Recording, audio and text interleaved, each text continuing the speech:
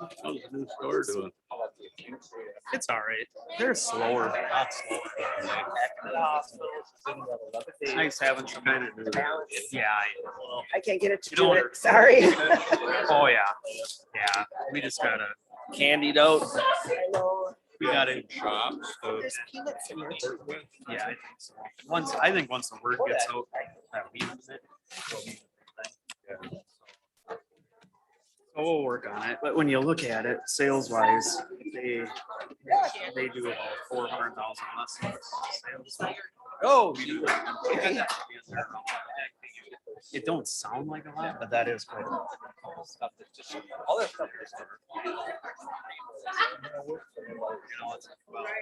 she couldn't eat. I just gotta get used to it.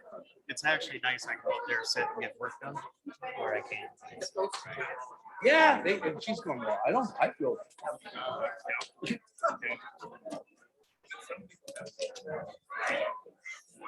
So did you get a call from This morning again. Yeah.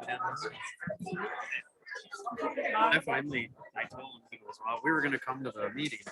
Like, the only place we can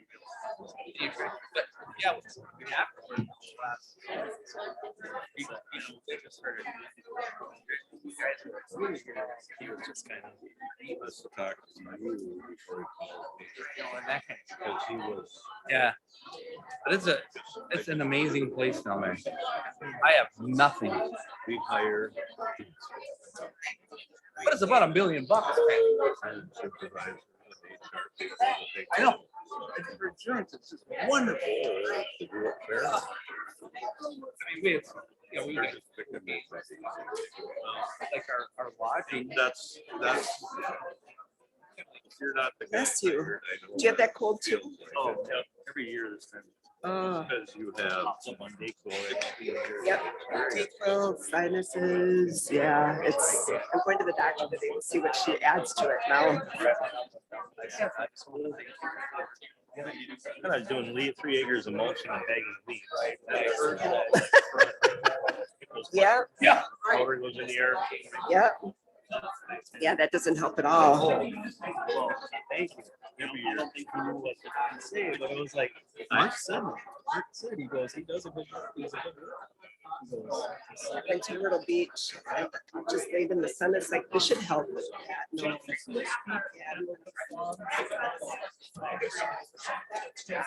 Oh, I've never been there. Have you ever been to Hilton Head? Yeah. I thought they found the gal.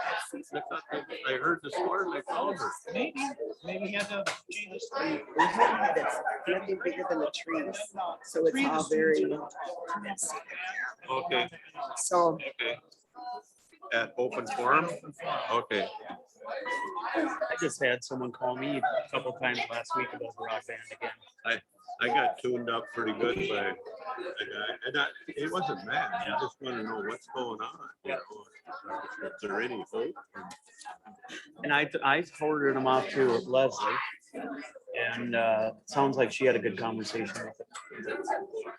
Had them do like a submit, what's that broadband support thing. What do you think that redistricting stuff? Well, He said we're just starting to talk about it right now. We will. that would be interesting. Everything. I just was looking at it. It's got this side, but I don't remember looking at that. Nothing. You just I live in Michigan. Oh, it's up to us, I think. Oh, their land use plan? If they, no, this was redistricting. I didn't see that. Where'd you get that? This in the package. I didn't see that. What do you mean? How you wanna, or we could do nothing. right. So there's the nothing. I was talking to Kelly about it. So there's the nothing. Should it be nice to have Bruno and You can Bruno do- together? And was it Finlayson and Yeah, I Finlayson? kind of like that one where the. And Jake- I just got this from Dave this morning because I forgot my iPad. So. Yeah, Hey, I got that redistricting. you could do option 3. where everybody runs. No, because I live in Mission Creek. That's it. Then I can be out. Oh, yeah, That's a good no, way for me to be out. no. Turkey. Well, that's what I was thinking too. I thought Mission Creek, that's gonna throw it. Yeah, That's, yeah, because I live. yeah. Are you looking at Cano? I don't know. I haven't decided. Just one. Yeah, well, and you added something with bigger. If I stick around, I might have to cut back a little more. I love it when these kids are here.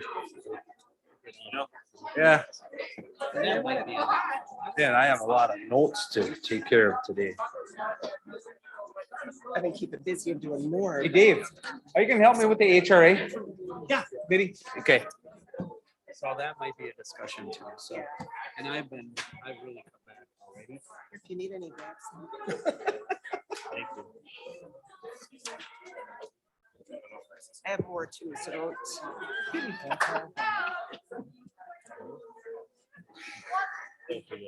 Job position? Huh? For the- Yeah, like this.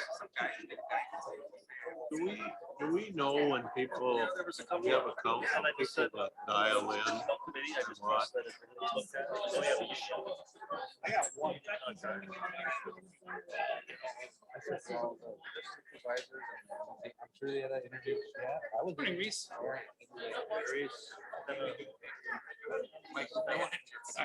No, I said you, I just gotta trust that personnel committee. So what they're gonna do. I mean, there might be some tracking analytics, Qualifications. but I think maybe this committee. And it'd just be kind of fun to know. There was one message that was interesting to me from a point he made was how you submit it. We didn't significantly change subtly I know I used to work. doing what we're doing. Some of the candidates do. Kind of just.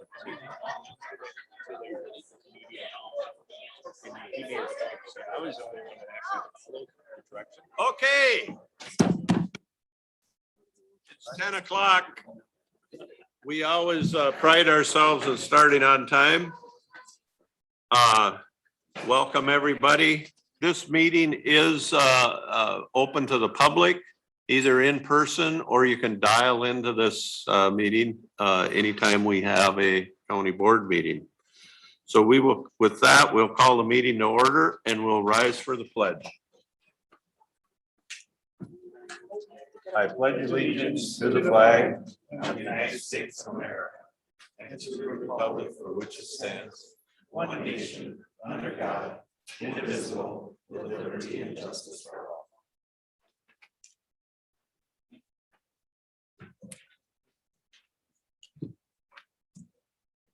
Welcome to the East Central students and staff that's along with them. We're happy to have you here. It's not often that we get this room full during a board meeting. The unfortunate part of publicly open meetings is we don't get a lot of public a lot of times to come to our meetings. And it baffles me sometimes. But with that, we will move on to public forum. After being recognized by the chair, each speaker will state his name or her name and limit the comments to 3 minutes. So do we have anybody for public forum? Had a couple of students who wanted to. Gage is ready.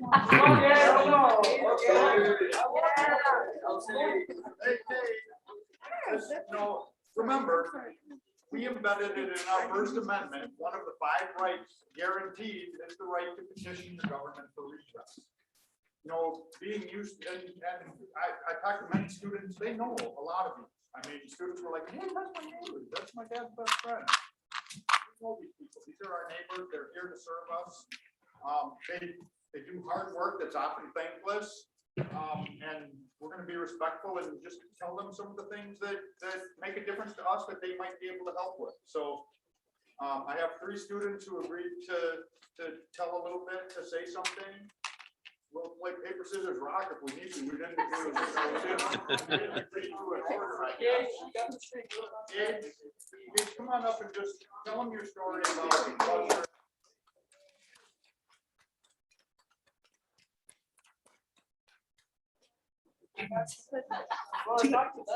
Yeah. Right there. Right behind the podium.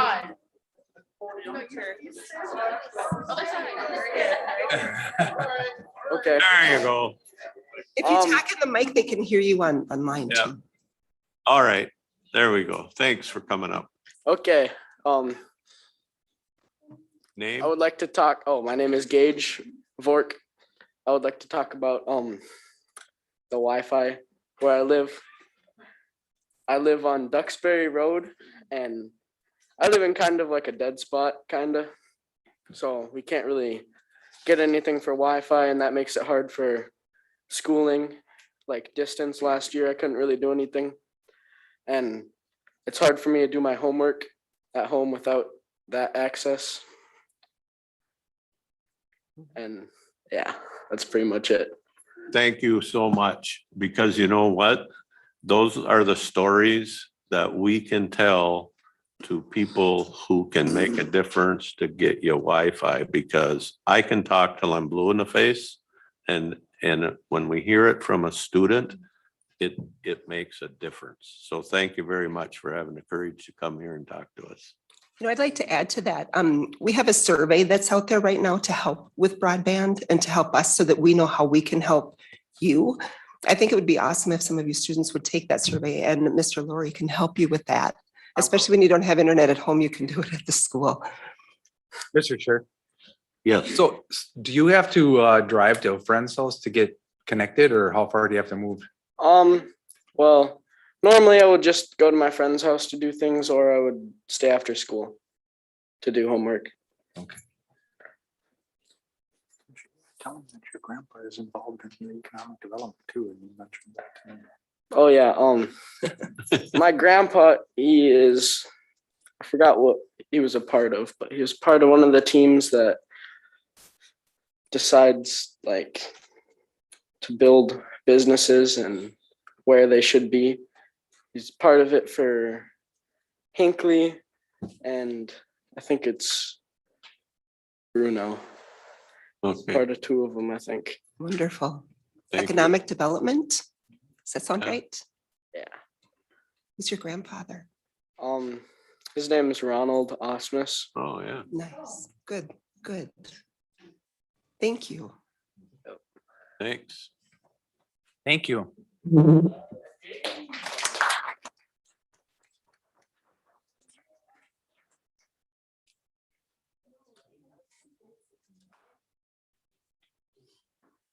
I'm Summer, and I want to talk about the internet issues.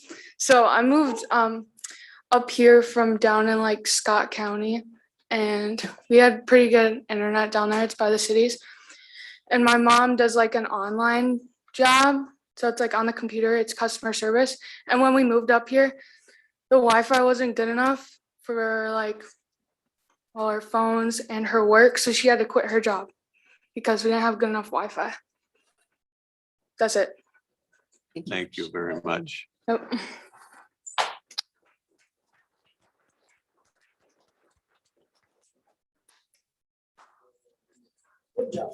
Hi, I'm Elsie Lowerson, and I just wanted to thank you for all your work, and I know it's hard. So I just want to talk about public transportation, a passenger train from Minneapolis to Duluth. I know there's a freight train now, but it'd be very good for economic development. And from the history, from what we just heard, is that Pine County started with transportation. It was a really big thing. So getting back to that would be really helpful for people who don't have like driver's license, just easier to get around. That's it. Thank you. Thank you. Thank you.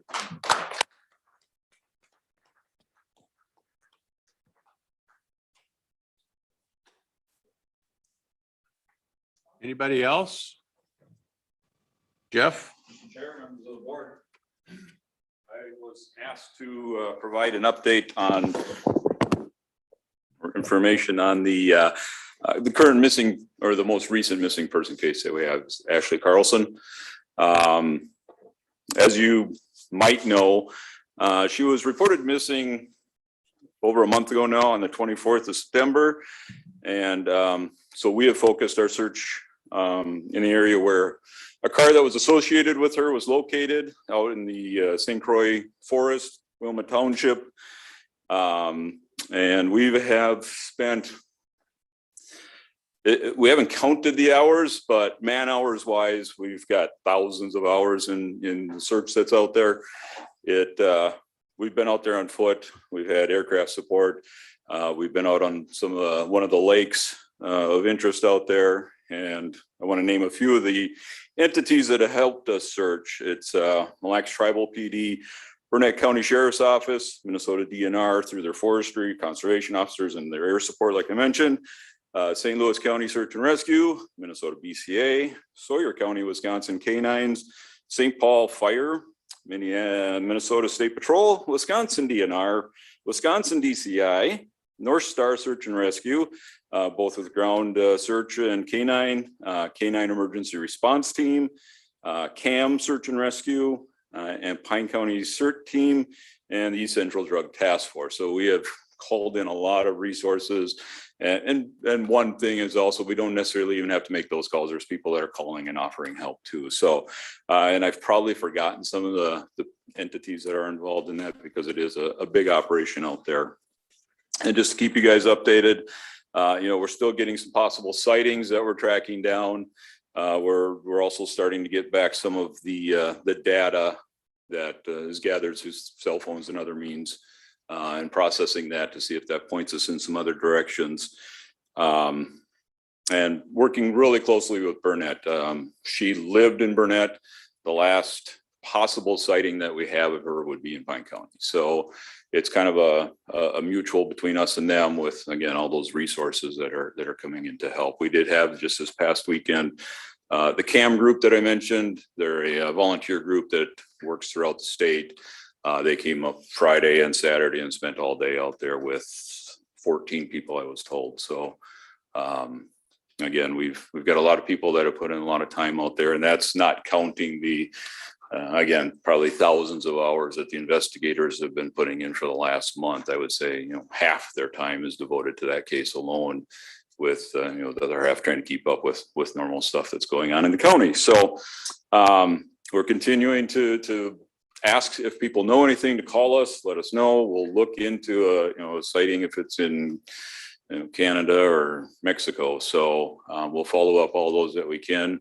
And of course, if anyone has any firsthand information on where she might have been, we're not giving up on the fact that she might be alive somewhere else, but we are, again, as time goes on, it's more concerning. So, How old? 33. Hunting season's coming. That might help too.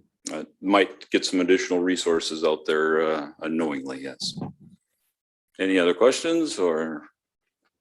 Thanks, Jeff. Thanks for updating. Thanks. Yeah. Anybody else for public forum? Mr. Chair, Yes. I just want to make a couple comments. Okay. I just want to thank the board for tolerating my absence and virtual, and I know it was a pain and extra roll call votes and all that, and I appreciate it. So, thank you. It's good having you back. Anybody else? Yes.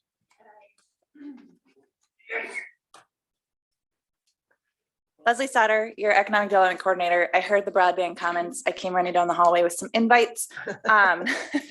We are having two meetings, Mondays, November 15th and Monday, November 22nd. They're at 10:30, so they're during your school day, but there is a pre-registration survey that you can fill out even if you can't attend, and tell us your story in that survey. So I'm going to pass these around. There should be enough for everybody. If not, I can print more. But also to the board, please spread the word. It's on our website.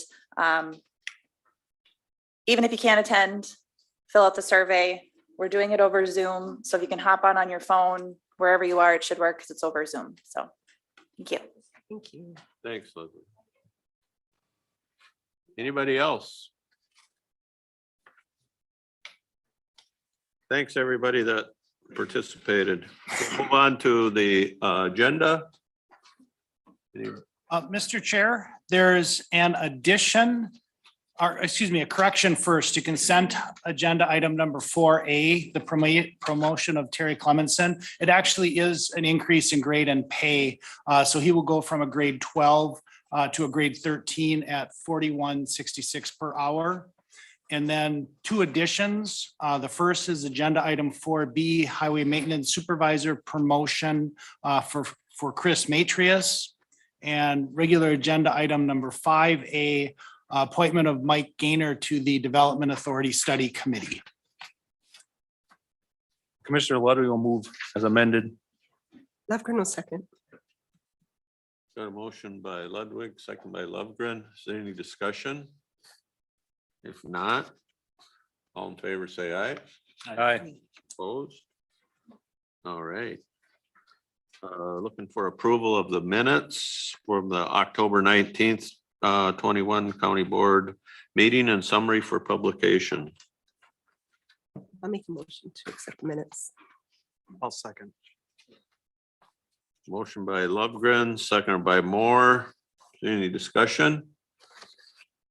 Hearing none, all in favor say aye. Aye. Opposed? Minutes of the boards, reports and correspondence, Pine County Chemical Health Coalition minutes and the Pine County Land Surveyors report from October 2021. I'll move that. I'll second it. Motion by Moore, second by Lovegren to approve the reports. Any discussion? If not, all in favor say aye. Aye. Opposed? Move on to the consent agenda.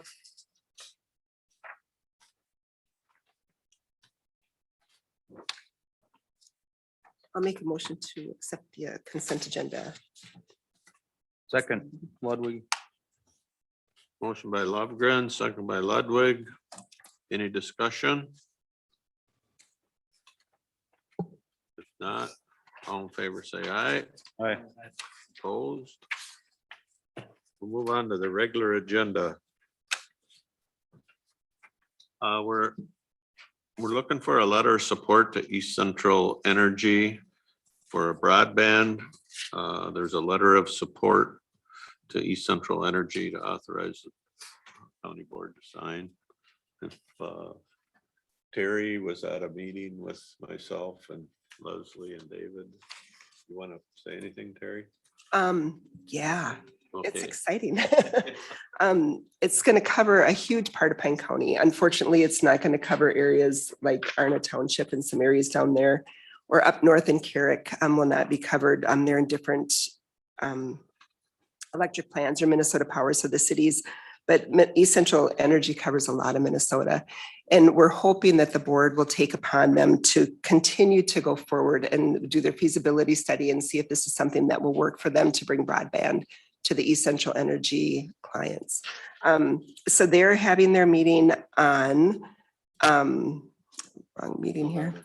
Yeah, November 19th to determine whether or not they're going to continue moving forward this. So if any families want to send letters of support to East Central Energy, just asking them to continue looking into it to see if it's feasible for them to do this for their clientele. It would be really helpful. The more letters of support that they can get, I think the better chance we're going to have of them moving forward.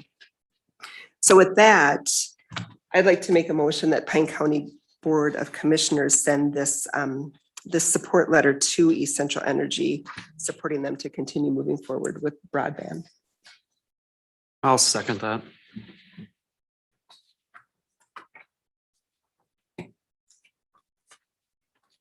Okay, I concur with what Terry said. I think it's an exciting time for us, and those of you that get if you know where your electric power comes from, this is East Central. We used to call them East Central Electric or East Central Energy.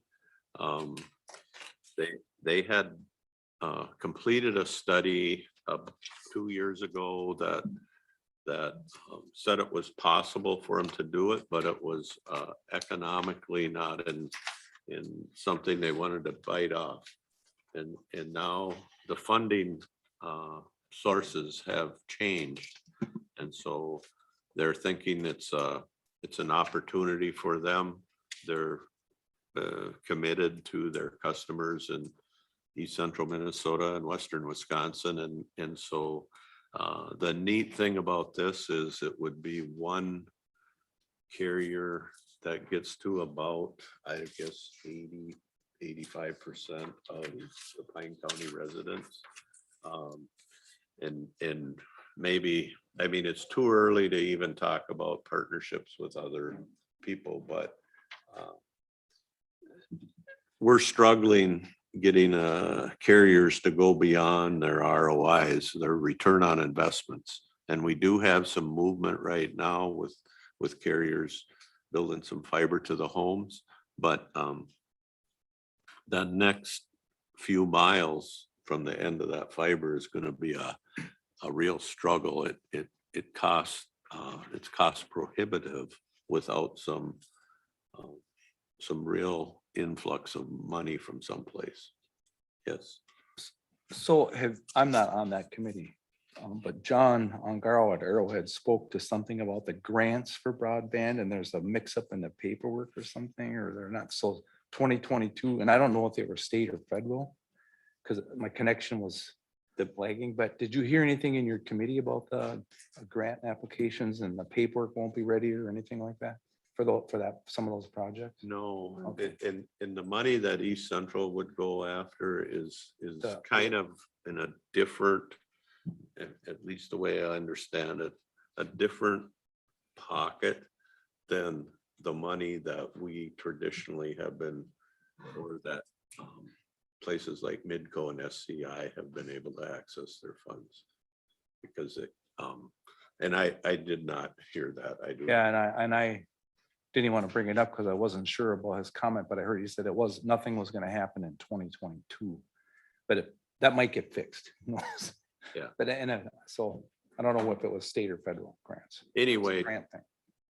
to the students that are sitting out here, these kind of conversations have been going on very rapidly in the last 6 months. And so, you know, we're trying our level best to get internet. Half the board is sitting here with bad internet. So we know the struggle. So we want to make it happen as quickly as possible too. But anyway, we do have a motion and a second. Is there any more questions or discussion? Jay? One more comment on it. It was Gage and Summer. Both of you had the courage to speak up today. I would encourage you to write that letter to, like Terry had mentioned, to East Central, or call their 800 number, reach out to them and let it know, and every little bit will help. Yeah. If you go to East Central Energy's website, they list their board members. They're elected just like county board members to serve their constituents. You have a board member from your area. I would encourage you to contact Greg and let him know the struggles you have, so that when he goes to his board meeting, I tell you what, you would be amazed, and your teachers will tell you this, what a phone call or a letter from a student will do to the mind of somebody my age to propel them to do something to make life better. You guys have a lot of power. Use it. Like JJ said, take the time to call or write a letter. I'd like to add to that, you know, for them to hear that your mom had to quit her job because she didn't have internet service and she couldn't do it, that's a hardship for your family. You know, they need to know those stories. And if you could even write a letter to us about that, that would be awesome to put into our files, because we're going to be working with other providers also. And we need to be able to share these stories with them to let them know that we have a lot of unserved and underserved people in our county. We really need their help. With that, no more questions. We'll call for the vote. All in favor, say aye. Aye. Opposed? That passes unanimously. 2022 budget update.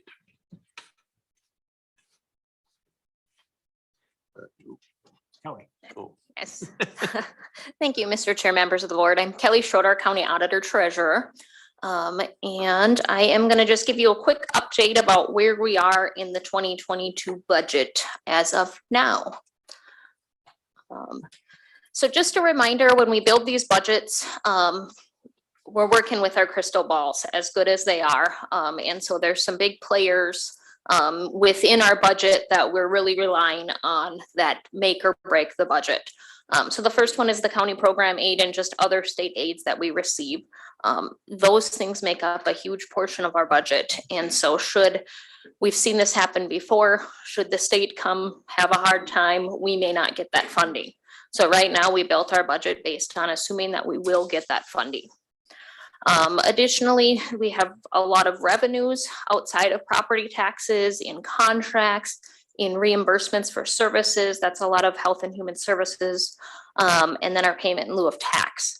So those are things that we are working on the assumption are going to continue on and at their projected levels. And then lastly, the big expense in the budget, and I've got a few slides on it, is obviously our personnel costs. That is the biggest portion of our budget. And so we built that expense based on a 2% cost of living increase, and then the people getting their annual steps as scheduled, and then with a 6% health insurance increase.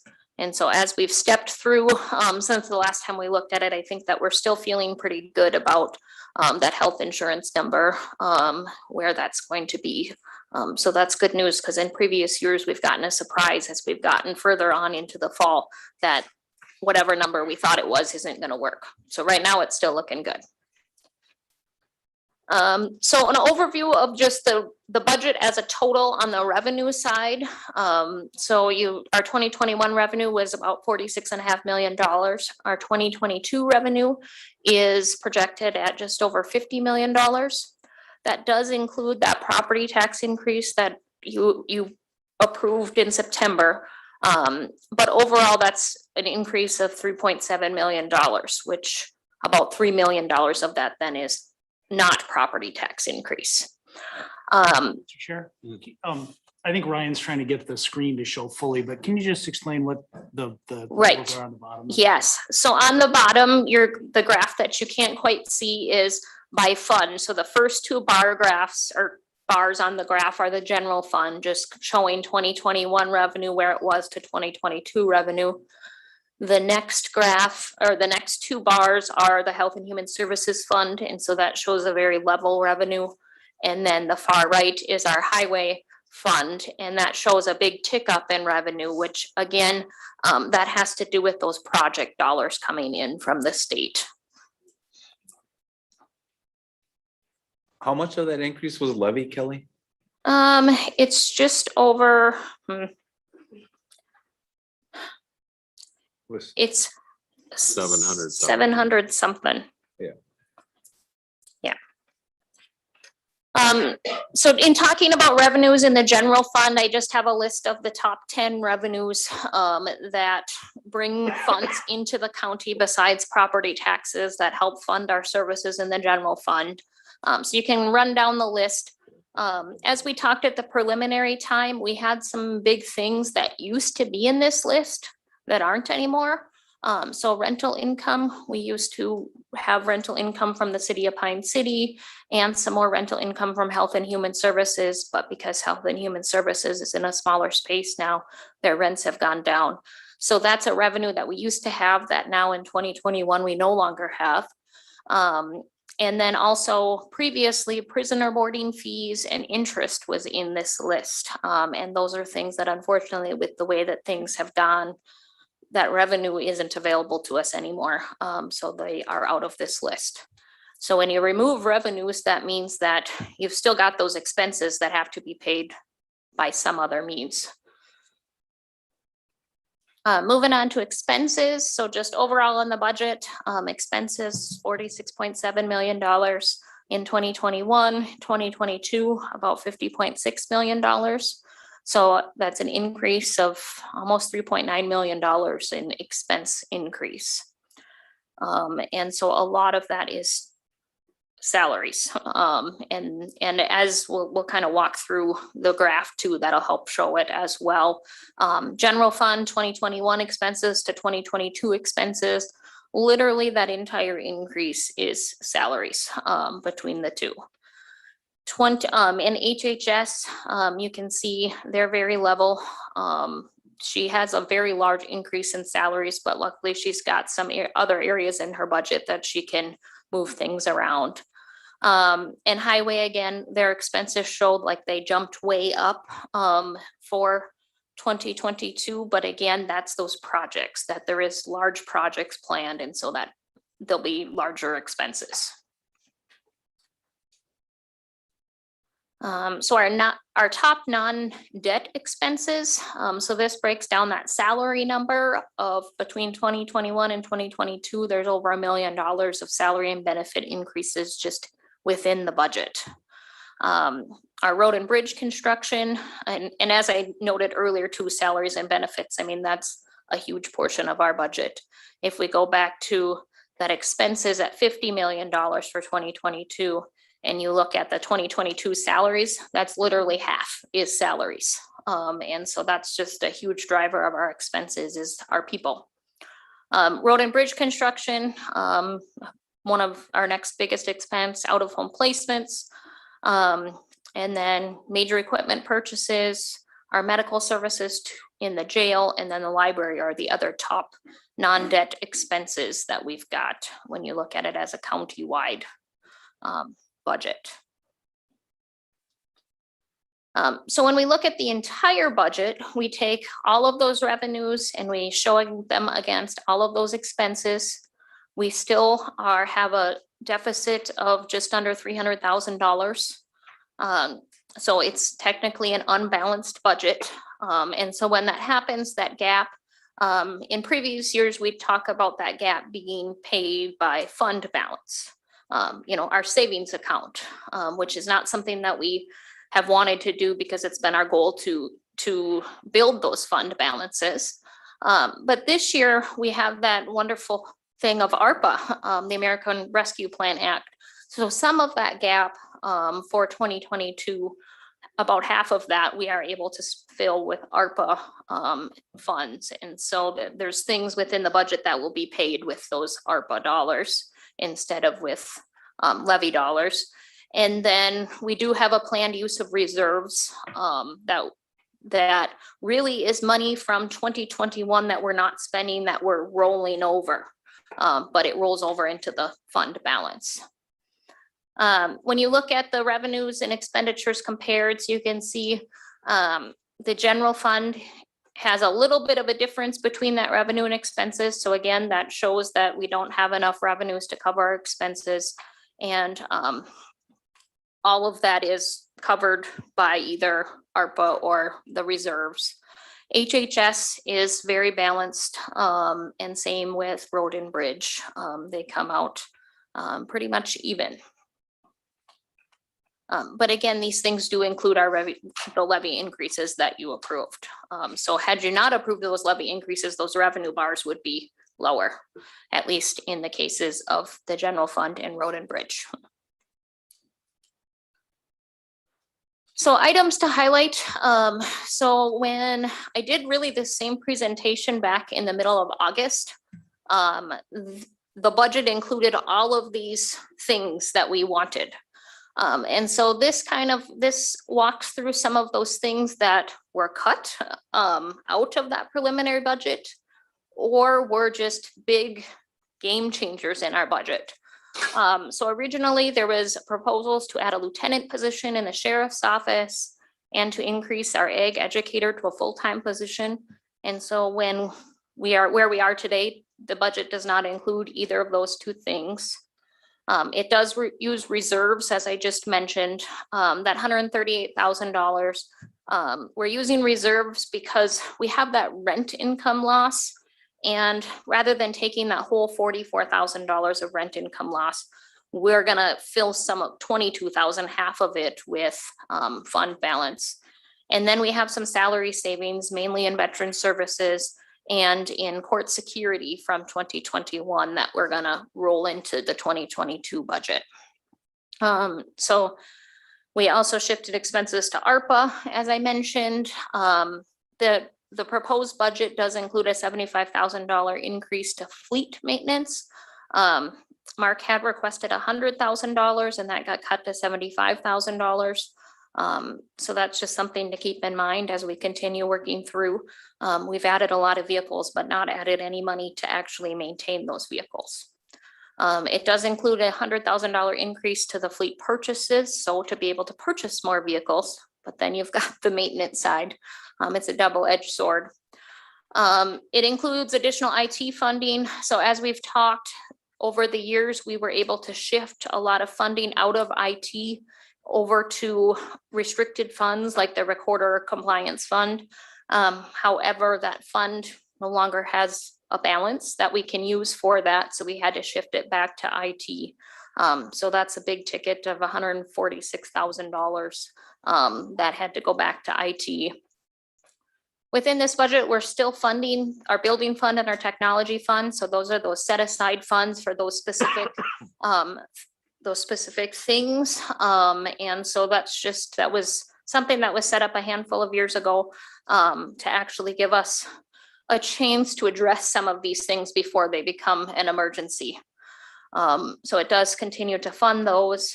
It keeps our stable funding for our partner organizations. I note that there was a library increase of $14,400. The other partner organization that had a small increase was the SWCD, was about $5,000. And so within this budget as well, unfortunately, there's a huge reduction in our prisoner boarding revenues. So that's been a nice revenue to help offset the cost of running the jail. A lot of those revenues came from the state of Minnesota, and they just frankly aren't boarding people out anymore. So that's $65,000 of jail expenses that now we need to pay for a different way. I've talked quite a bit about the rental revenues that are decreased, so that's $44,000. And then another thing that was within the very, very preliminary budget that was cut is the sheriff had asked for an additional $30,000 in overtime. And we did not have that in the budget. We know that's probably going to happen just because of how leaves work and how scheduling works and things. So right now that's really an unbudgeted expense that we likely know is going to happen.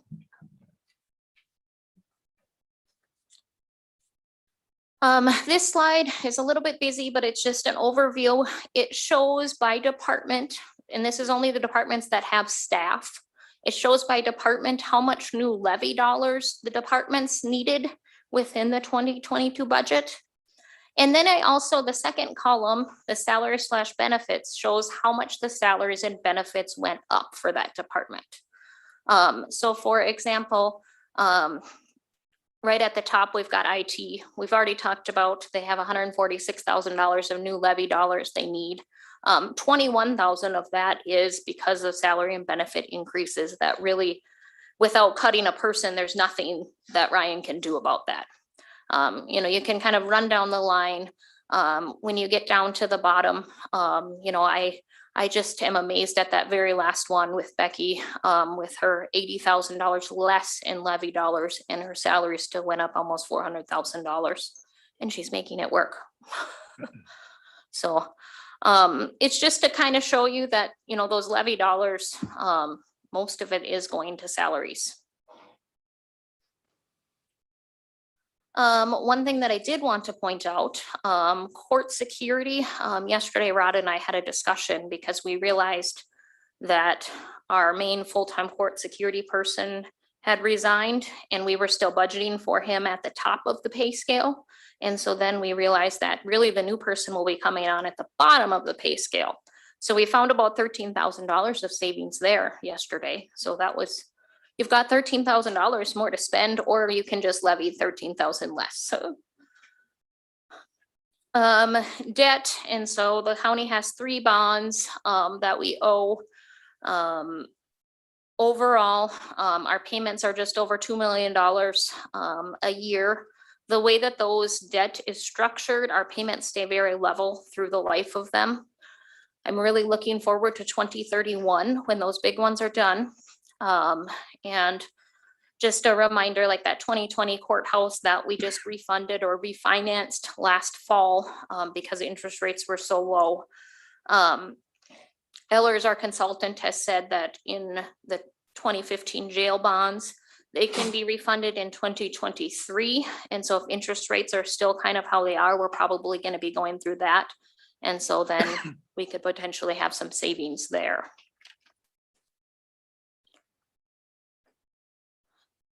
This is just a breakdown of where our 2022 levy dollars ended up. So 2021, our levy was just under $20 million. 2022, the preliminary levy that you guys set at a 3.6% increase is at 20.6 million. And then my chart there breaks it down of where those levy dollars went. And so really that change by fund shows you who got more and who got less.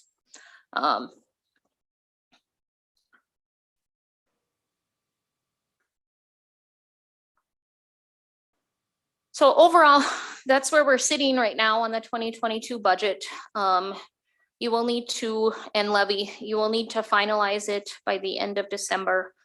We always like to do it at the second board meeting in December. So between now and then, obviously I'm continuing to always review revenues and expenses and see what we can find, see what rocks we can turn over. But if it's something that you guys are wanting to review further yourselves, that's something that we definitely can bring up. In the expenses, I'm always looking at those increased line items of, what was it last year and what is it this year and why did it increase? And really, when I look at those things, those line items that increased are personnel. So it's not just that Department X in their office supplies went from 10,000 to 20,000. Like there's not really much of that. So it's hard to find dollars in those expenses to cut. I think we're all always thinking about what things could we shift to ARPA funding.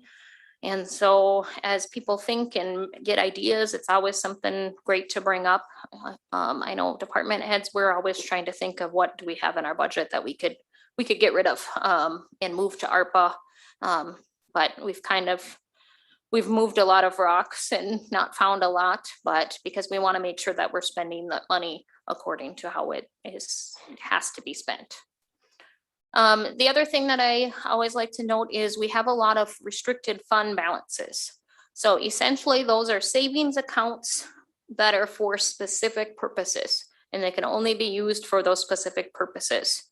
And so sometimes there's expenses that we have in our regular budget that really we could shift and use some of these savings account dollars. So I always like to have that list up there because it's definitely something to think about of what could we pay for out of these fund balances. You see that big dollar amount in the recorder compliance fund at $330,000.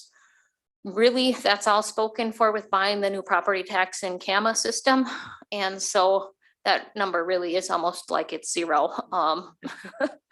But it's just, it's what the fund balance was as of December 31st, 2020. Like the recorder tech fund also has a nice balance. That money is very restricted, what we can spend it on, literally technology for the recorder's office. And it gets tough because we have 3 people in the recorder's office. How much technology do they need? But Ryan and I also try to think a little bit creatively with those funds to see how we can move any expenses that he has that support the recorder's office. So overall, that's where we're at today. Questions? Josh. So you did find 13,000 savings? I've got $13,000. So do you want to cut it from the levy or do you want to spend it on something else? Well, that's better than an increase. Yeah. That's all I gotta say. I think the prudent thing to do is to wait for another 6 weeks and see if some other expense pops up, but it appears to me we're pretty much where we thought we would be. We haven't found any terrible surprises. Not yet. And Mr. Chair? Yeah. we are using about $138,000 of reserves. So if there is excess revenue over expenditures like that 13,000, the first impact is it would reduce the amount of reserves that we're spending. Right.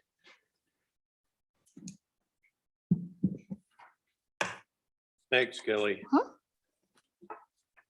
Pretty exciting stuff, huh? If you like numbers. And just one more comment. So this is the budget then that we will start to use to prepare for the Truth and Taxation meeting, which will be in that first week of December.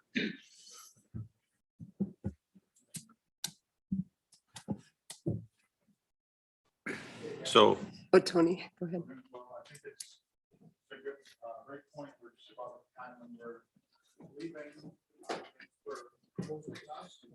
thanks for coming.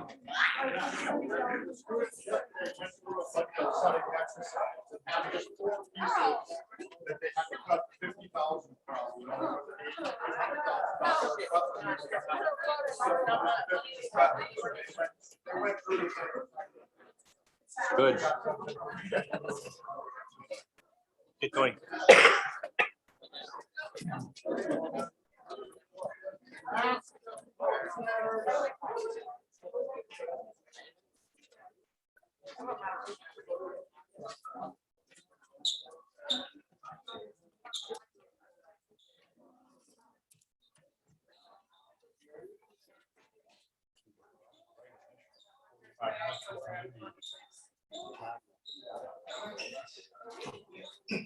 I think it worked out. They were very well behaved. For ninth graders, I'm impressed. Take care. It's different with the thought. You lost your audience.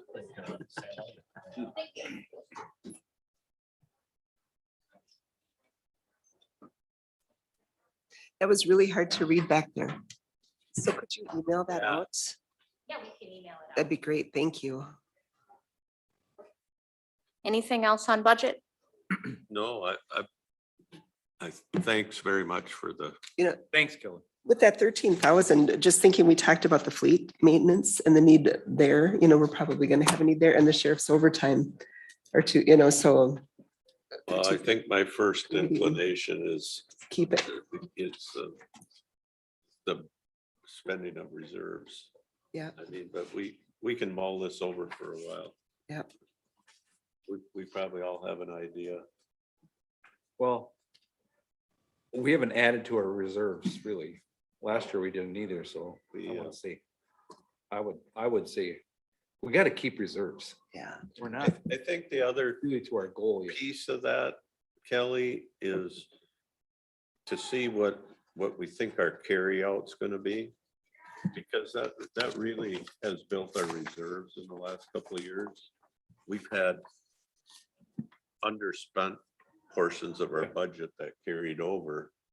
And so we really built our reserves up, even though we didn't have a reserve budgeted. Is that correct? Correct.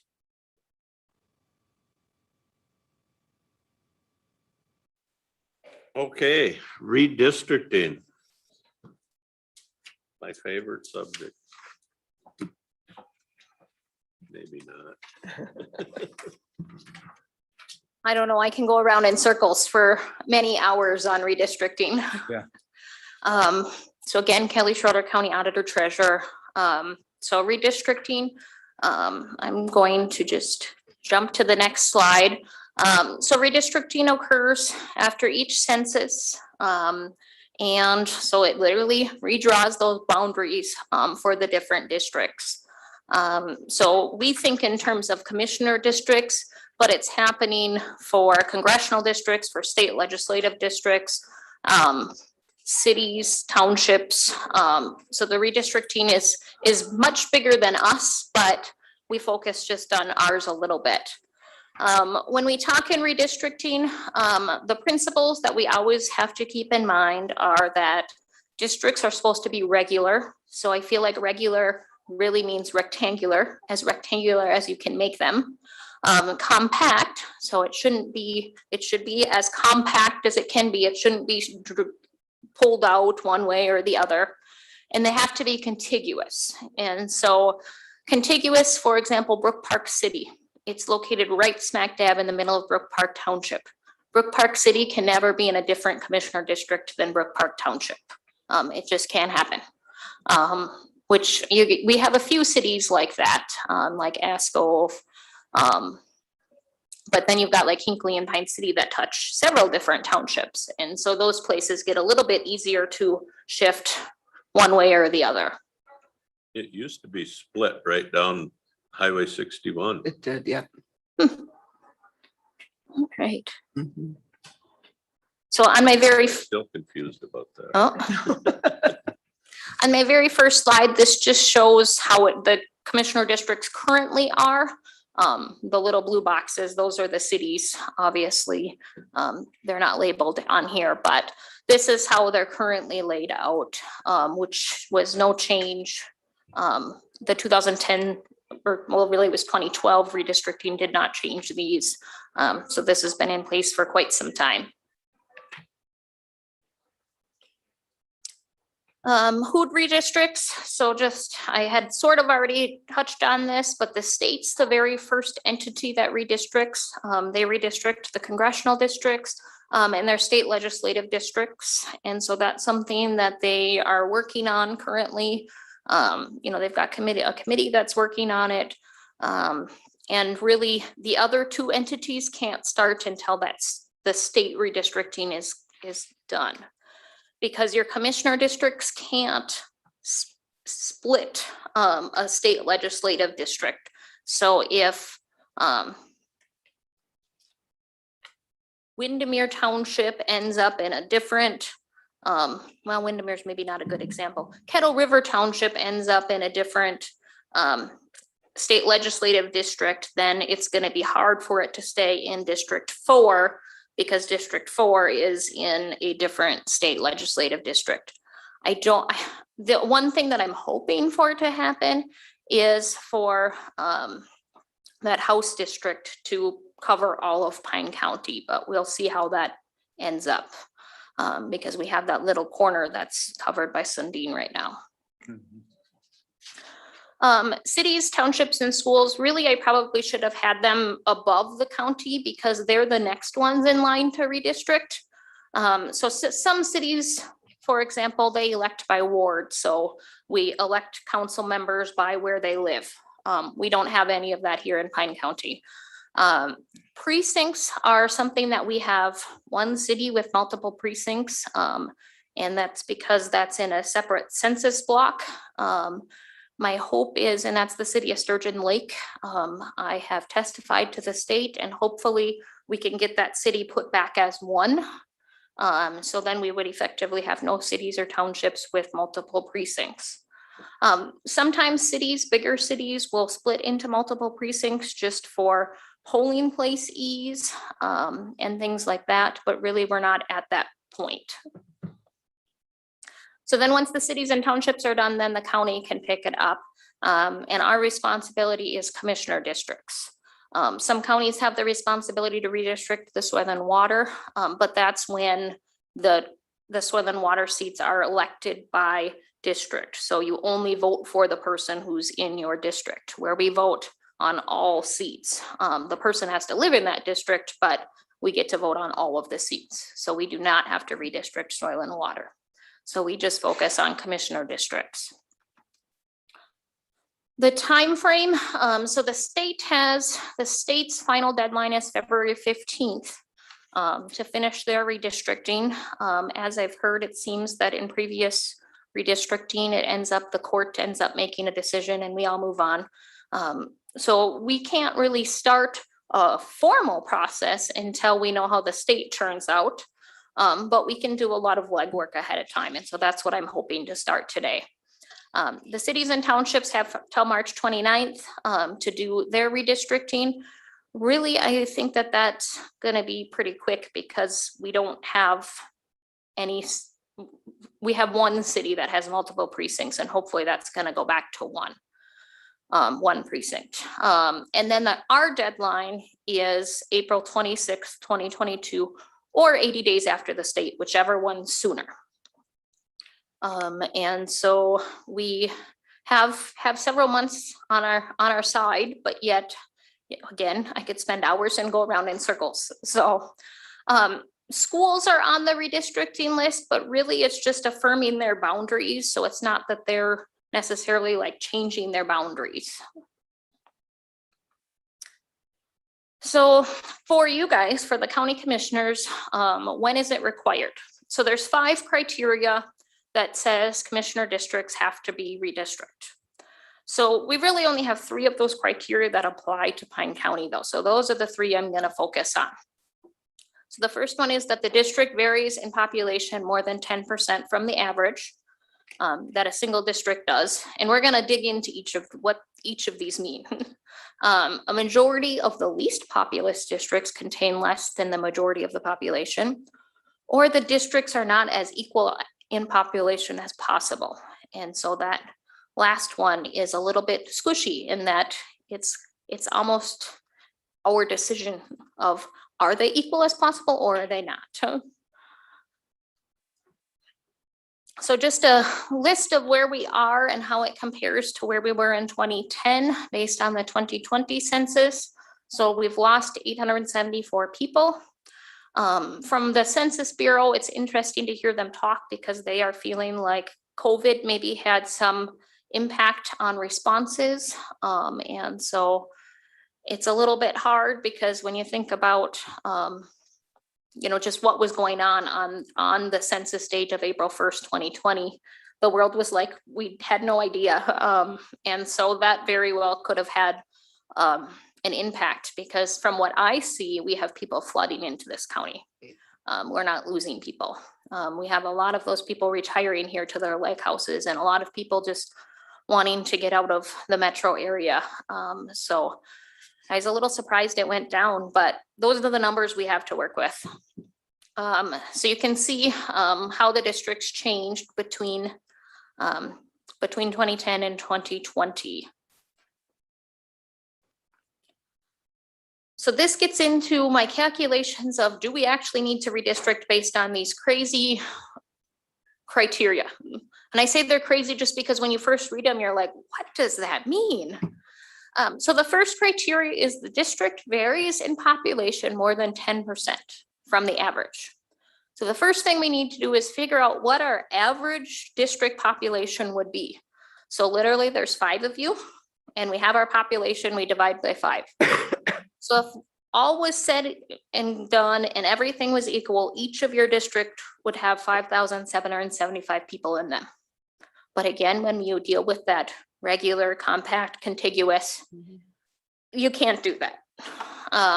So the first criteria just says, as long as they're within 10% of that number, so 577, you don't need to redistrict under this criteria. So looking at our differences from that perfect average of 5,775, we have no differences that are at that or greater. And so under this criteria, we do not need to redistrict. Our third criteria, this one gets even a little bit more confusing in that a majority of our least populous districts contain less than the majority population. So the first thing we need to do is figure out what our majority population is. So what's half our population? And then the majority would be 1 more than that. So the majority population in our county is 14,439.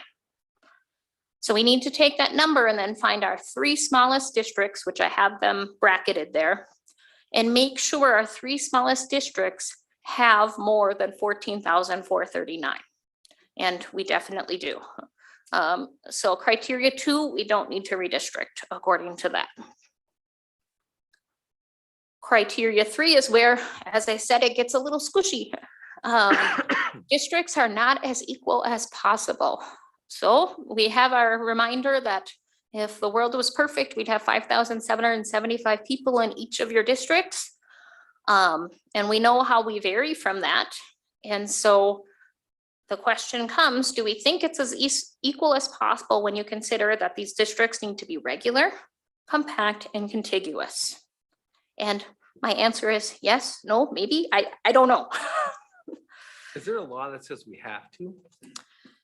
So you only have to redistrict if you meet one of these criteria. And so this is the only criteria that we potentially would say we would need to redistrict but- under.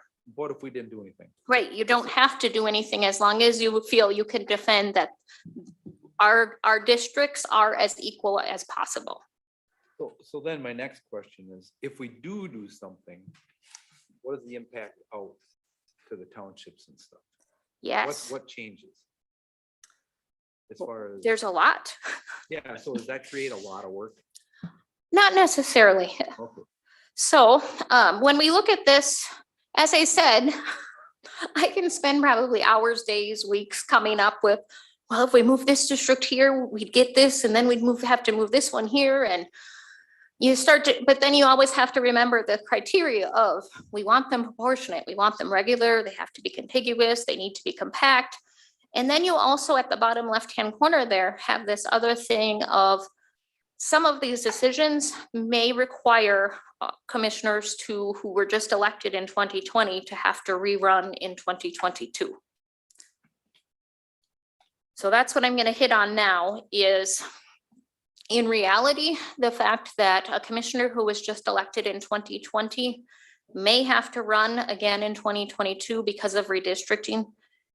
It's not supposed to be a factor, but in talking to auditors across the state, it always ends up to be a factor. And so it's something to keep in the back of our minds as we work through the process. People need to rerun in cases of, well, if the normal 4-year seat is up. So districts 1, 2, and 5 in 2022, your normal term is up anyway. So we knew that you were rerunning.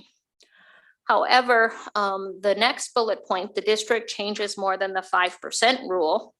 So our 2 districts that were elected in 2020 are districts 3 and 4. And so 3 and 4 are what would get affected by that 5% rule. And now the 5% rule. So it's literally just 5% of that average population. So 5% of that population is 288.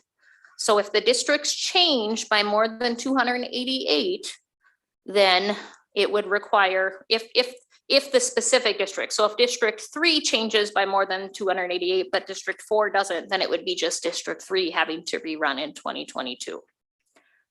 And it's not just that you're looking at how much was added to the district, you're looking at how much was removed and added to the district. So it's a little bit multiplying. I can't find a way to stay under that 288 is really what it comes down to with any sort of change. My little, yeah. Now you lost me, because I look at the sheet. District 1 gained 418. Yep. And District 4 lost 366. Right, and so that's just based on what the census did. The 288 is based on changes that we're making.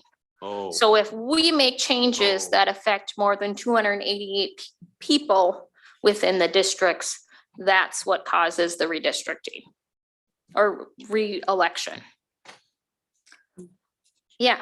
And to get that 288, if there's a district that a jurisdiction is taken out of 300 and a district is moved in with 150, that's really 450. Right. Not the net of those two. Right. Yes. So really, I can't find any scenario that we do that if we redistrict, we don't end up at least with 4 of you rerunning in 2022. Now, would that, like, if you're normal, so the 2 that it wasn't their normal election cycle, then they would have to rerun again in 2 years again. Right? Correct. Okay, so Do it they doesn't run throw for that a up. 2-year term then? Correct. In 2022, they have a 2-year term and then they are back on their regular election cycle. My little note down there, which I would hope that we wouldn't end up doing this, but if a commissioner ends up getting shifted out of their district, so for example, if we moved Hinkley Township over to District 2 and Terry no longer. Or Mission Creek. Yeah, that's one of the options. But I'm gonna pick on Josh later. So if the commissioner ends up getting moved out of their district, they do get to continue serving as long as they continue living in the county, and they're not impacted by one of the top two things. So again, I don't think we're gonna end up in that situation. I have an option that moves Josh outside of his district, and then he'd be in District 3 and that seat wouldn't be open, and so it'd be messy. So I can't imagine that we'd ever do that. So just kind of listing through options, like I said, I can spend days moving numbers here and there. So I tried to find just some options to throw out there to you. You can look at I have a map, which I meant to bring today, that shows every single township and their population. And so you can sit there and draw lines and for hours and days, maybe if you can't sleep, and come up with different options. These are just my options that I threw together as something to think about.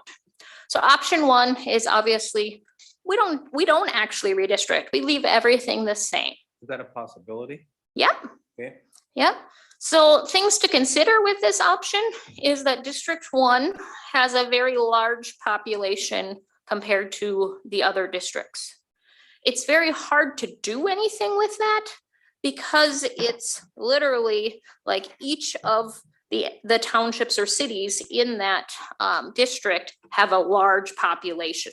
So it's very difficult to address that without upsetting the whole apple cart. So when they used to have Yeah. the city of Pine City split, was that a county board decision or a city of Pine City decision? That would have been a county board. Right. Yeah, the county board decided to put it out as whole city as one county commissioner. Is this how Sturgeon Lake ended out? It did not. So Sturgeon Lake ended up with 2 precincts because of the state legislative districts. That House district, literally, the one's 11A and one's 11B. When are we gonna hear on that? Any idea? February 15th, 2022. Okay. If there's anything that you need any of us to do, Right. let us know, because we'll support having that put back into one. Yes. Apparently, it's a lot trickier than what we thought because that part of the city is in a different census district. Mhm. And so that's really or census block. And so that's really what spurred it, because it's in the same census block as Windermere Township and not as the rest of the city. But I'm hopeful now that it's on the radar, we can get it put back together.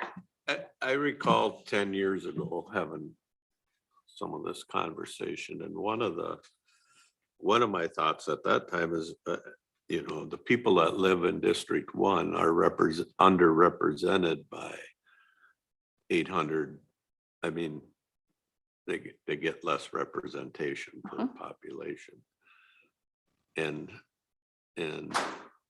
not to pick on Matt, but Matt represents 1,400 people that can't vote. And yet they get counted in the number. And we can't change that. Correct.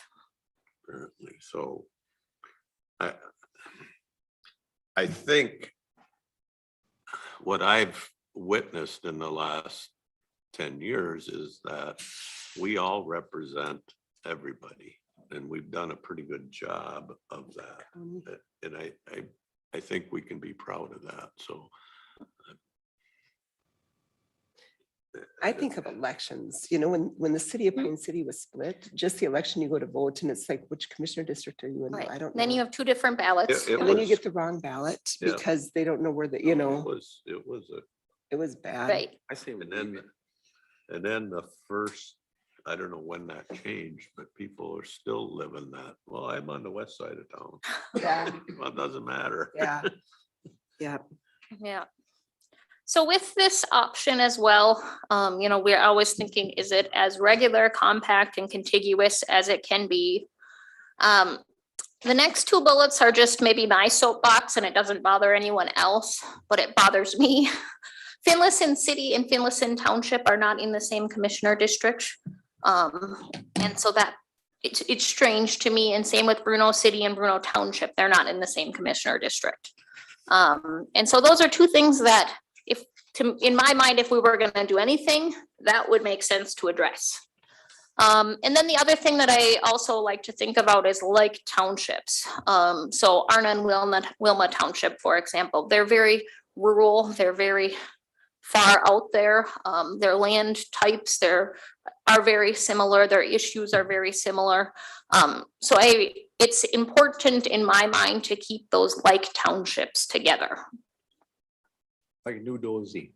Right, which New Dozy is in a different district than Arna and Wilma. Mhm. Yeah, they're mine. But you've also got Park and Nickerson, which are way out there too. Yep. I know. So my second option literally addresses my soapbox of Finlayson Township and Finlayson City and Bruno City and Bruno Township having different commissioners. So, but when I did that, then I have the problem of District 5 ends up with too many, or District 4 ends up with too many people. So then you end up having to make yet another change, and that Norman Township then needs to go over to District 4. Or District 5, because it's 4 currently. So when you think you're gonna address one little thing, then you create yourself more of a problem, in that. Would that make us both have to rerun again then too? Well, you were gonna have to rerun anyways, but yes, it would have to make JJ rerun, because his change was more than 288 or 277. Now I don't remember the number. 288, I think. So all in all, when you do this, I mean, this was the most minimal change I could come up with. District 4 ends up better in that it's closer to that average.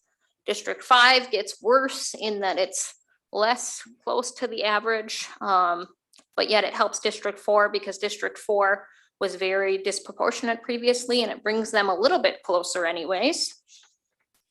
The thing is 1,000 of my numbers are in prison. Correct. So they're not voters anyway. Mhm. So that's option 2, my slightest change that I could find. Option 3, we're gonna do option 2, plus we're gonna move all these other things with an attempt to make even things better yet. And so here was an option of trying to just move some things around to make townships a little bit closer, or districts a little bit closer. So in this option, you end up with 2 through 5, I'll get better. We didn't touch District 1, so they're still sitting at 418 over. And in my mind, it makes the map a lot more irregular when you do this. And in a couple slides from now, I have the map to show. And this also essentially makes it so that Josh is no longer a commissioner. And in this option, then all 5 commissioners are running in 2022. So here's my maps to think about that regular, compact, contiguous with the different options. So option 1, obviously the very first map of what it currently is. Option 2, doing that slight change of Bruno City and Norman going over to District 5, and then Finlayson Township going over to District 4. And then option 3 was making all of those changes, which option 3, once you put it on a map, that seems like a really bad idea because again, you're not very, when you get into that southern part, you're not very regular at all. You got the little thumb up there of munch, and so it gets ugly. So, yeah, and I mean, there's many, many more options that even after I put this together, then I thought, oh, if I move this one there, and then you end up with a bigger mess of, oh, that one's not. I tried all sorts of options to make Steve's district smaller, but then things get really messy. Without, as you mentioned, just splitting like those big jurisdictions in half, which is for elections standpoint, not helpful. Mm-hmm. So I guess the question is, where do we go from here? So my very bottom box there, our formal process can't begin until after the state and the cities and townships are done. So that's going to be March or April. But before then, we probably need to have a plan because March and April come really fast and go really fast. So some suggestions are public input, city and township input. Like with my slight change option of Norman, Bruno, and Finlayson Township being affected, I thought, I wonder what those cities and townships would think of that. And maybe they wouldn't have a, maybe they would think it'd be just fine, or maybe they'd have an opinion on it. Or maybe we have a city or township out there that feels strongly that they should be in whatever commissioner district. And it would be interesting to hear why and what their thoughts are. Obviously, commissioner input, you guys are the final deciders. So your input is very important. Some counties and cities and things are putting together redistricting committees. So that could be a committee of just 2 commissioners. It could be a committee with more people than that, with cities and townships or just general public on it. It's kind of what you'd want it to be. But really, that's kind of the point we're at, is how do we want to move forward? Do we want to just put this away till March and April? Or do we want to try to do something before then?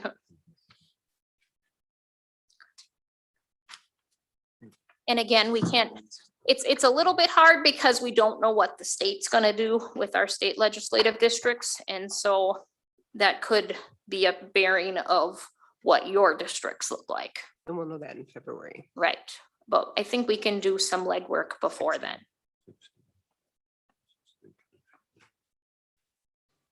Josh and Steve are calculating. I have spreadsheets to do that. I like option 1. I'm just scheming over here. So that would change. It would just change this end. It sounds like you're trying to split something up, Steve. Flip Rock Creek for Shangwatana. I've tried that. It doesn't, then you have to move more into, you have to move some out of District 2 and some back into District 1, and it gets really messy. We're just gonna switch commissioner districts. So how about that? We'll just move. Yeah. Oh, okay. I just Josh has a moved. nice new house, I Yeah. hear. Yeah.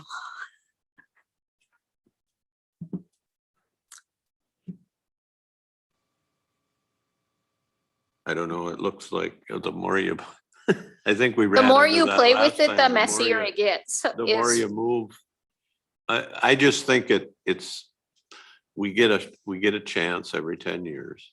And it behooves us to take a good look at it, Uh-huh. other than to just say, let her buck, because just because we can, I think we should take a good look at it. So Just Kelly, just to recap then, the legal standard that they're dealing with is the districts have to be as equal as possible. and regular, compact, and Right, contiguous. right, okay. Yep. So, yeah, there's no one's gonna tell you, yes, this is as equal as possible and as Right. compact and contiguous, right? So that really is a judgment on your part. When you look at the numbers, the pluses and the minuses, right? District 1 is the big district by 418 people, and District 4 is the smallest district by 366 people. So it seems, at least in my mind, if you're going to address the equal as possible, you have to start with one of those. That everything else doesn't matter because you're not impacting the extremes, which is where you'd want to be. If they were next to each other, Yeah. it'd be helpful. Yeah. So- It'd be a little easier. So no conclusion there, right? But I'm just thinking that's a perspective. The other thing that I think I heard Kelly saying today is if you want other input, that's good to know before April, right? If you Yes. want other, whether it's general public input, whether it's specific input from cities or townships, that would be a decision that you could make sometime this fall, that there could be some public engagement. think if we're talking about moving townships at all into different districts, we really should get their input. Yeah. And it sounds like it's some minor changes with some smaller cities and townships. And we should have a communication with them. Because in my mind, I feel like Bruno City and Bruno Township should be together, but maybe they're fine with it. Yeah.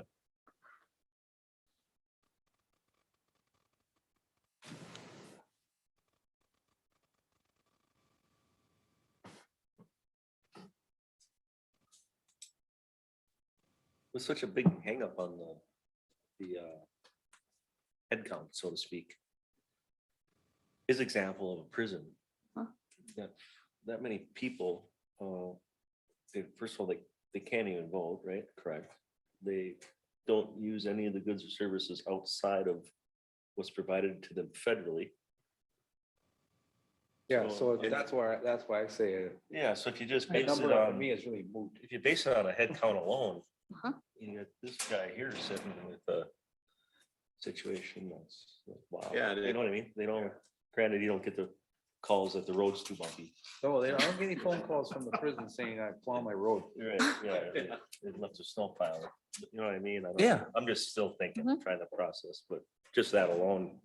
I Makes me think. agree, JJ, and that's why I brought it up 10 years ago, because if it was easy to change, that seems to be to make, still gotta be within the 10% of average, but you would make that district the smallest district.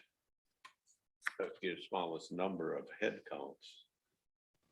You know, to stay within the. Yeah, well, what I think what it Makes does, sense. it makes us all more equal. Except District 1, right? And you're not gonna do anything with District 1, because that's just what it is. Well, I mean, you could. You- It's like everything else. At some point, you take an eraser and you just put numbers up there. You don't want to cut a city in half by the river and say, Yeah. "Oh," you know, But- that's just. I mean, you see what you can do. Mhm. I think if you take the prison 800, whatever it is, out of my thing, we're pretty equal. As except for one, and then one, we're not gonna change in my mind. Why would you change District 1? Mhm. That's what I'm at. Yeah, if you change District 1, you're gonna be splitting something again, and that just creates a nightmare. Now, is the prison is that the same township you live in? What's that? Is the prison in the same township you live in? Yes, So I was thinking, I can because see the lights. that Four. night in the sky. 4 is I light, can sometimes too. he slid that over. Just to make the numbers look better, but then Matt's out of his, But then that's not contiguous. isn't it? I thought they were. No, Oh, they're not. Oh, maybe I was Which looking one at did a you say? map that yeah. had already been changed. Oh, okay, yeah. Well, if you did option 2, then you could move Sandstone Township, but then Sandstone City has to go with, and then you're, Oh, yeah. Mhm. then you have way too many people.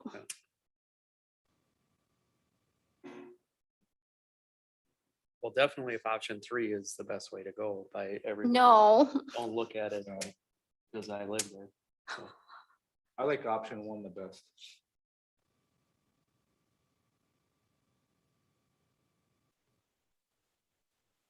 Trend line says in 10 years, they'll have to change it.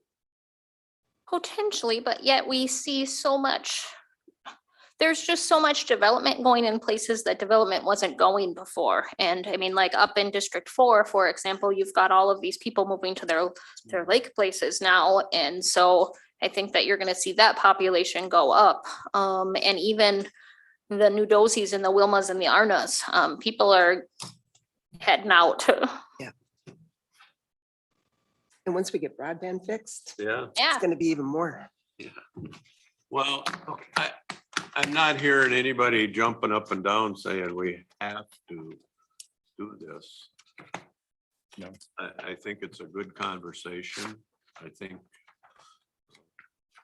we can mull it over, or if somebody has some ideas, we'll bring her back up in a month or so.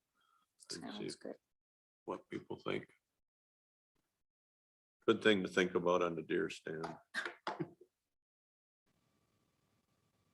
Thanks, Kelly. Yeah.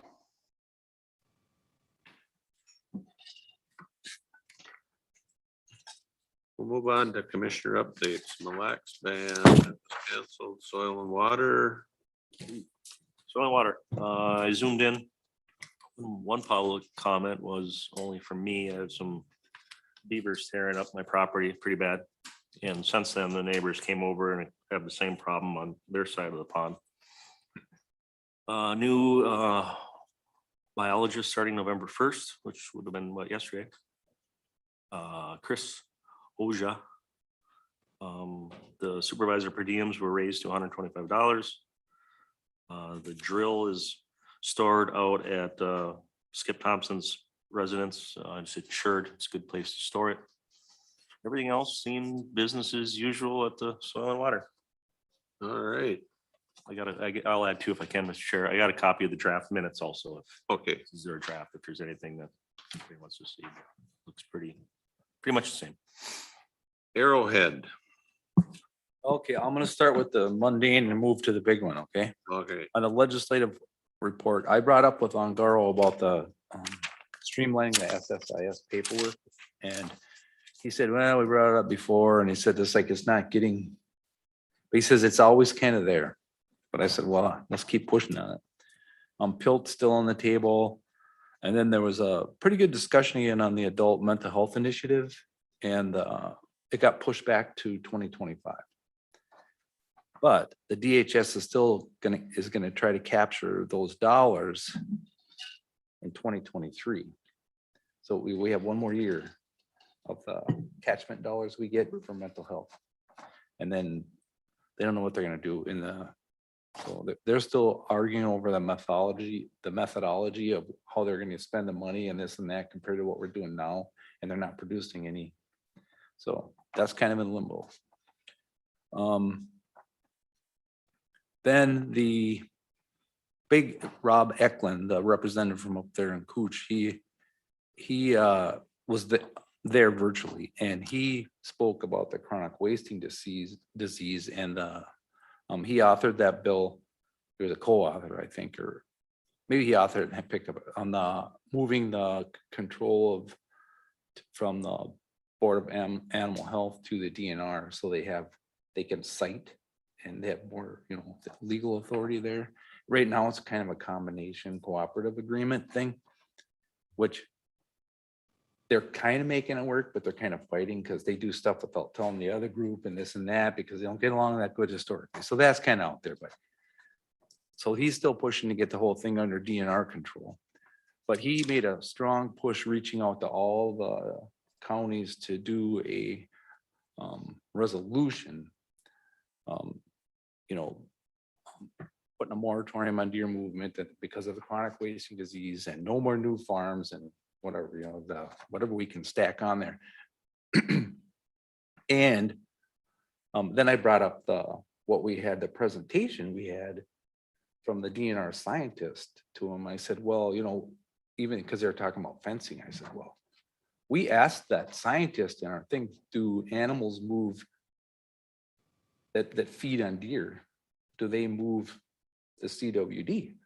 And the answer is yes. So if a crow eats it or a coyote eats it, or even a mouse or a rodent that can go in and out of a fence, can actually move it outside of the fence. So I said, those are issues that have to be dealt with if you're going to do this thing scientifically. And then that picked up the conversation dramatically. Then I said, that's what I feel. And then John jumped in and Rob both about that. Scientists, so DNR is working on that. But anyway, he wants an individual from each county because it gives them more weight down there when they're pushing these bills through. That's Rob's position. So I said, I'll carry that. And then if we do decide to do a resolution, he wants it sent to the House Environmental Committee. I think was the thing there. And let's see. Then the list of our priorities. And did we pick our priorities and get them in at AMC? I know, but we didn't do the Arrowhead like we typically did. And I asked for her to email them down after this meeting. And she said to me in an email back that she'll talk to John and see where what the list was they're coming up with, but I never got copied. So We usually get. and I don't know the deadline on that, but I know we always have input. We have not. No, and we've always done that. So I think part of that might be my fault because I was virtual, you know, with it and, but she's really good, so I don't know what happened there. So. That's pretty much it, Mr. Chair. Thank you. But I think that CWD is a big deal for us. We'll get it on a working agenda. Figure out what we're gonna do. Rush Line Task Force. That's me. I zoomed in on that one. Took a while to get the quorum met, eventually did. I guess I learned that it's the purple line, it's called, from St. Cloud to White Bear Lake. And there's a lot of talk of the name and maybe changing the name. It's an 80-mile line. They're continuing to evaluate that whole thing. There's talk of maybe getting Pine City with bus service. How serious are they? Sorry to jump in. Do they really care about us up here? I was on can't that answer committee. that. I don't know. You were on that committee? I was, Yeah. and it's always about their corridor this way. Yeah, you know, What is that from our city? the rush line. Yeah, Rush Line. Okay. there was a lot of talk, because just like I said, it's 80-mile line. I think it does seem that's down been, there. that St. Cloud talk has to been for White Bear. 10 years. Yeah. Since I've been here almost. Yeah, so then there's talk of maybe getting a bus service up here, but I mean, the bus is one thing, rail line's another. Yeah. How far does the bus service? Then there's, of course, environmental analysis that is in a 3-year stage right now, and I couldn't pick up if that was how far we are in that environmental stage, but that's it. Again, I requested some minutes. I didn't see them come through yet, or I didn't find them, so. It's really, really focused on the metro though, isn't it? Yeah, it is. That's what it is. I know, JJ, that I get lobbied by a few people that drive down to Columbus or someplace to get on the bus, and They use that They park would- and they ride would- thing there. the yeah. further north it can get, the better they would love it. Mhm. They work in downtown Minneapolis and they can Right. catch a bus and then transfer or whatever. Yeah, but- Anyway, we do have people that would be affected. Thanks. Mhm. Snake River, Cancel both of them. all right. Lower St. Croix Policy Committee, there are some projects going on. They're actually working on one, right, as a contractor right now around Rock Lake doing some fencing, and another contractor doing some berms and tile. The new way they stop an erosion. So that's good. And that's all out of the Lower St. Croix funding stream. There continues and probably will for quite some time till we get into this for a while, but some real lack of trust by some of the watershed district members. I think they're not used to having people do stuff. To move forward, they seem miffed that somebody got some bids without somebody saying you should or whatever. But I think we'll work through that, and I it'll work out in the end. East Central Regional Development. I was out of town to Nashville. I announced at the last meeting, so I don't know. Okay, I got a packet from them. I came in the mail though. We could move forward with passing it around, or I don't care.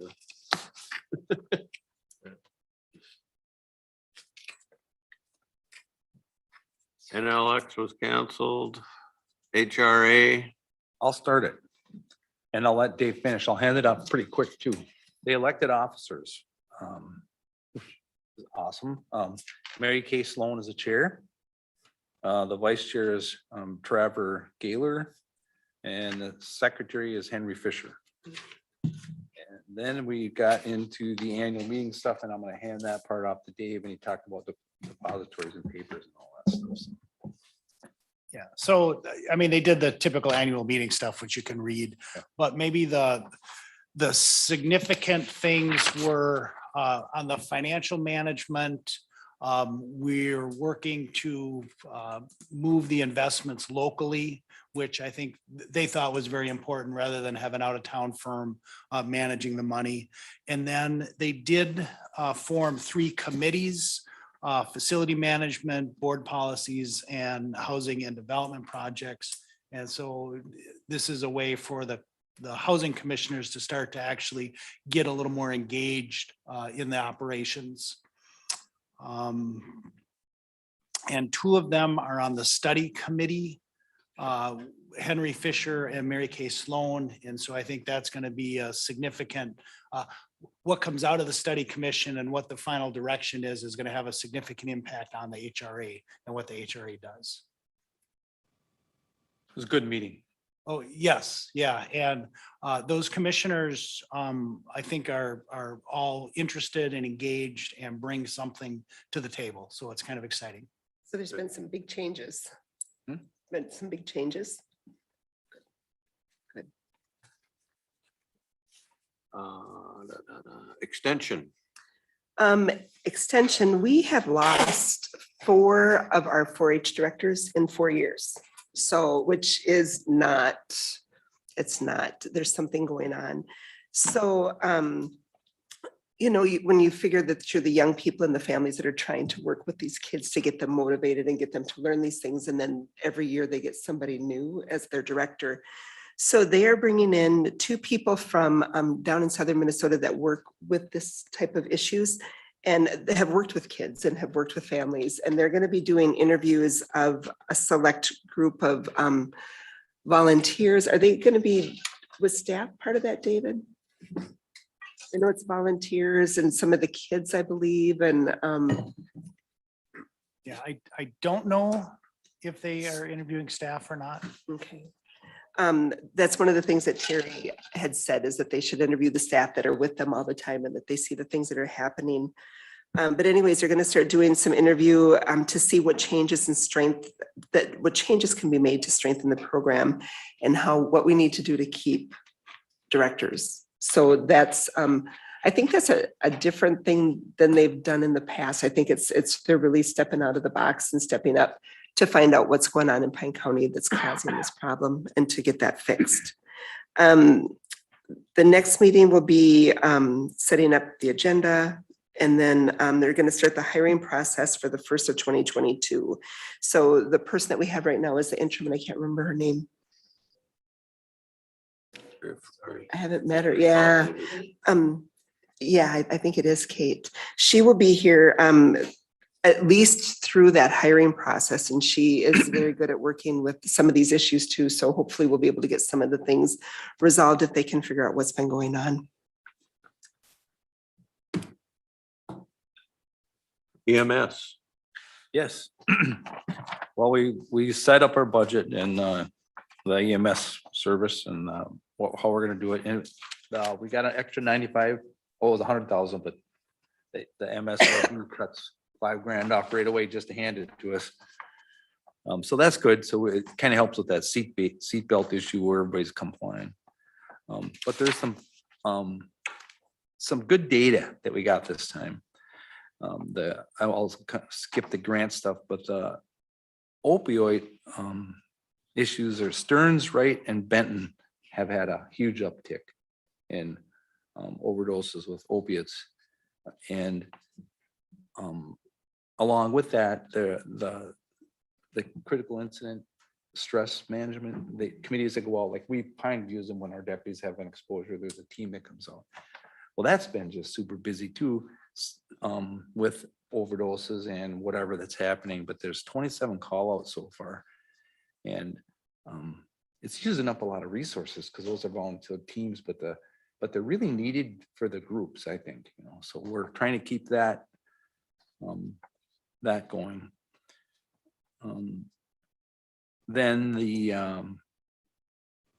Dr. Mari Thomas, she talked about COVID, and this was pretty interesting. There's been 51,000 breakthrough cases in Minnesota. That means vaccinated people that have contracted COVID. And only 1.6% of those cases have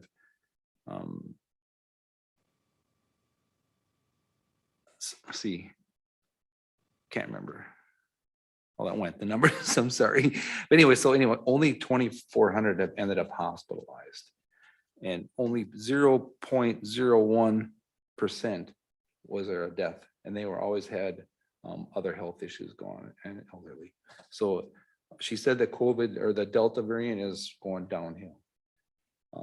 And across, but there's shortages of beds that we hear about on all news. It's a lot of it's not all of it, but a lot of it's because the staff in the hospitals are burned out.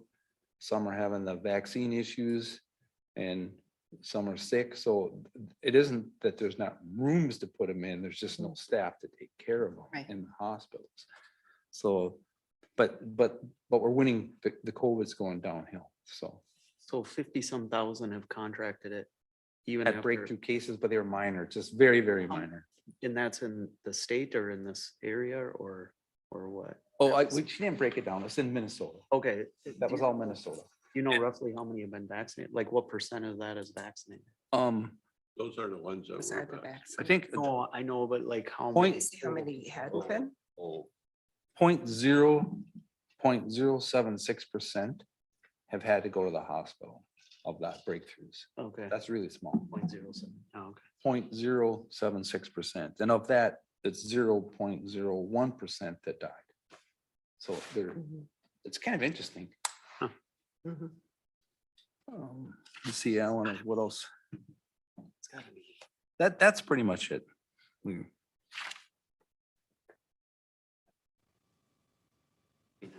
I don't think that Yeah. much. I was just curious.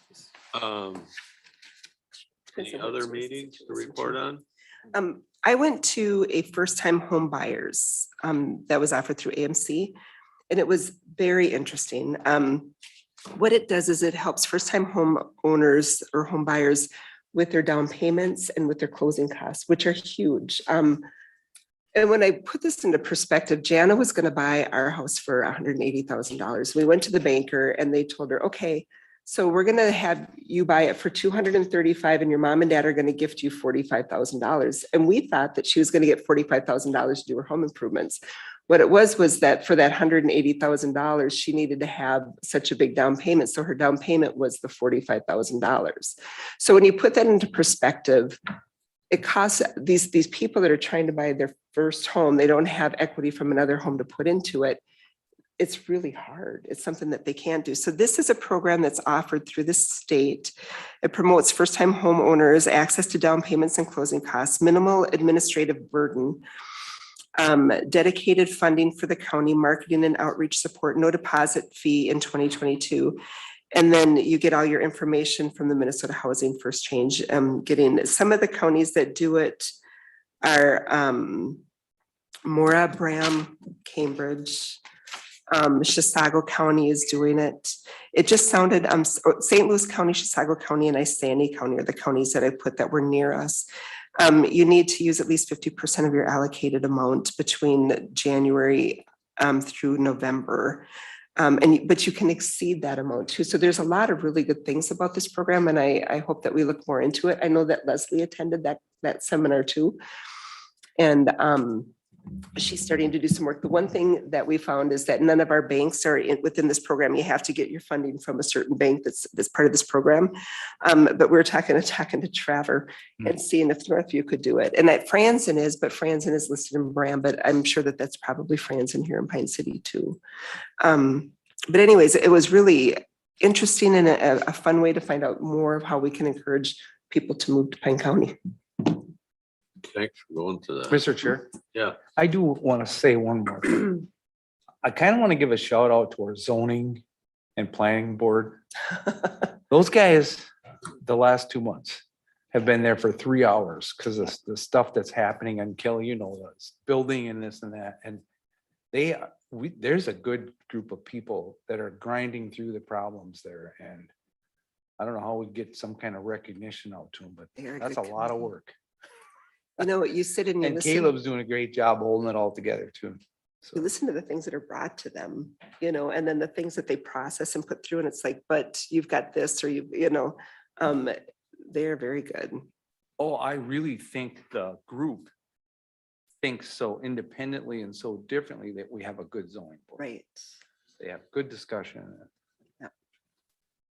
So, Thank- whatever you. Thanks. I'd like to add to Matt, you were talking about the opioids and that type of stuff. Jerry was reading online the other day, there was another family that was a family murder suicide, where a whole family was murdered and then a suicide, and it was in Kanabec County. But he read of 2 of them yesterday. And so I'm really excited that we're stepping up and doing more with mental health, because we have such a need right now.